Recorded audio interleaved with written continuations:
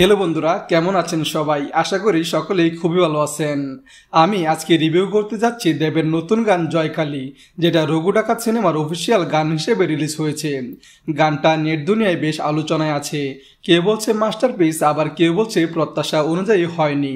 তো চলুন শুরু করা যাক, দেখে নেই গানটার ভালো দিক আর দুর্বল দিকগুলো। তারা তুই খাড়া হাতে বিপদ তারিনি আমাদের। প্রথমে আসি ভালো দিকগুলোতে। দেবের উপস্থিতি বলতেই হয়, দেব যখন স্ক্রিনে আসেন সঙ্গে সঙ্গে এনার্জি দ্বিগুণ হয়ে যায়। কালীর নাম উচ্চারণের সময় তার এক্সপ্রেশন আর বডি ল্যাঙ্গুয়েজ একেবারেই পাওয়ারফুল।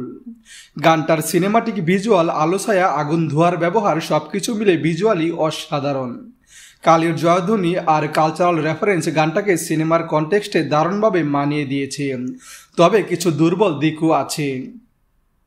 সুর আর কম্পোজিশন একঘেয়ে হয়ে যায় কিছু জায়গায়, মানে বারবার রিপিট হওয়াতে কিছু মানুষের কাছে বোরিং লাগতে পারে। গায়কের মধ্যে আরও পাওয়ারফুল টাচ দরকার ছিল, কারণ জয়কালীর নামটা শুনলেই ভেতর থেকে একটা ঝাঁকুনি আসা উচিত। লিরিক্স খুব ছোট আর রিপিটেড। হ্যাঁ, এটা শক্তি হিসেবেও ধরা যেতে পারে, কিন্তু অনেকে মনে করবে ডিটেলেড লিরিক্স হলে ইম্প্যাক্ট আরও বাড়ত।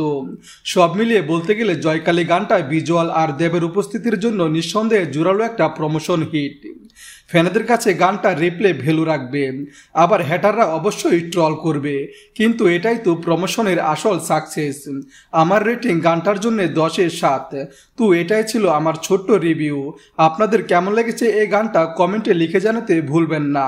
ভিডিওটি ভালো লাগে একটা লাইক দিন, আর নতুন আপডেট মিস করতে না চাইলে চ্যানেলটা সাবস্ক্রাইব করে বেল আইকনটিতে ক্লিক করে দিন।